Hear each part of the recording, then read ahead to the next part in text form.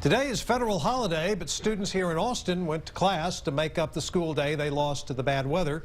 But a lot of drivers didn't get the warning that students were going to school today. That's because hundreds of flashing lights in school zones were still turned off for this holiday. KXAN's Sophia Beausoleil explains why the city had to scramble to turn on those lights. My daughter did not like it this morning, having to go to school. She was a little gripey. It was back to class for Austin ISD students. Kids missed out on the holiday thanks to Mother Nature. And while everything was business as usual on this makeup day, a safety measure to protect your kids wasn't. We are along South Congress, right outside Fulmore Middle School. And the flashing light you see behind me was working this morning when it needed to, but that's not the same story across the area.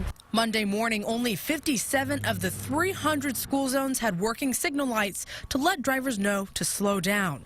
They were off because school zone flashers are pre-programmed with the original school schedule. The Austin Department of Transportation says crews work Sunday night and all day Monday to manually turn them back on. I think they really caught people off guard with that, and I think it was very dangerous and everything, because I know it only comes on in the days of school. And I was worried about that myself, with my daughter having to cross the street and all. The Department of Transportation says it's working with AISD to get notifications so this doesn't happen again in the future. Reporting from South Austin, Sophia Beausoleil, KXAN News. And the Austin Transportation Department says its main priority was elementary and middle schools today. The city says it's in the process of upgrading school zone flashers so they don't have to be manually turned on.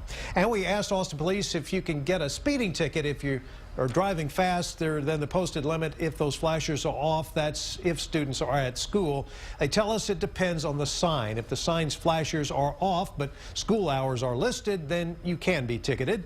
But if the sign does not have the times listed and the flashers are off, then you're home free.